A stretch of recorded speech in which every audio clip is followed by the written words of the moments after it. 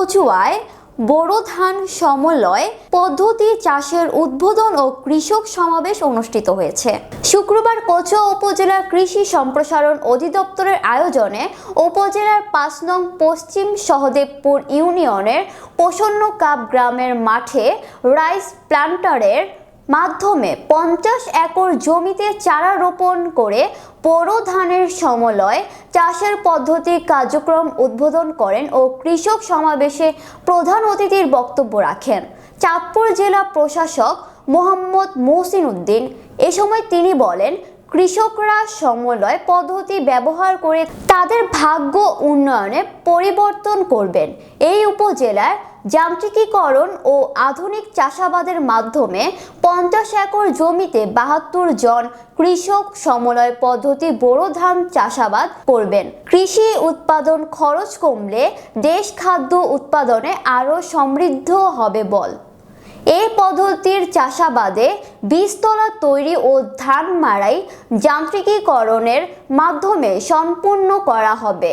উপজেলা নির্বাহী অফিসার মোহাম্মদ হেলাল চৌধুরীর সভাপতিত্বে কৃষক সমাবেশে বক্তব্য রাখেন চাঁদপুরের উপপরিচালক আবু তাহের, উপজেলা সহকারী কমিশনার ভূমি বাপ্পি দত্ত রনি, উপজেলা কৃষি কর্মকর্তার কৃষিবিদ মেজবা উদ্দিন, বৈষম্য বিরোধী ছাত্র আন্দোলনের কেন্দ্রীয় সমন্বয়ক মেহেদী হাসান, কচুয়া প্রেস ক্লাবের সভাপতি আতাউল করিম, কৃষক শাখাউত হোসেন সহ আর অনেকে। ডাবল হয়ে গেছে।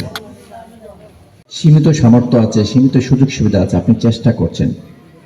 বিশেষ করে এই কৃষিকে সবচেয়ে বেশি গুরুত্ব দিই আমরা। এই যে আপনার অভাব নেই, আমরা কি চাই?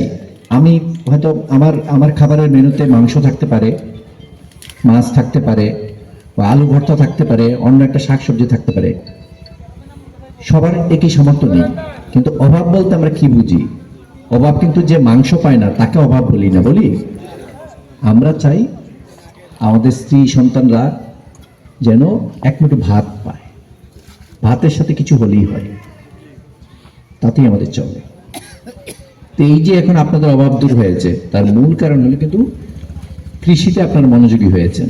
আমি কিন্তু মনোযোগী হইনি, আপনারাই মনোযোগী হয়েছেন। এই দেশে কৃষক সমাজে মনোযোগী হয়েছে এবং আপনাদেরকে এই মনোযোগী করানোর জন্য, এই কৃষির উৎপাদন বাড়ানোর জন্য, কৃষকের সুযোগ সুবিধা বৃদ্ধির জন্য, আপনারা যাতে অল্প পরিশ্রমে বেশি উৎপাদন করতে পারেন, সেই জন্যই কিন্তু এই আমাদের কৃষি ডিপার্টমেন্ট কাজ করে যাচ্ছে, কৃষি মন্ত্রণালয় কাজ করে যাচ্ছে, আমরা আপনাদের পাশে কাজ করে যাচ্ছি।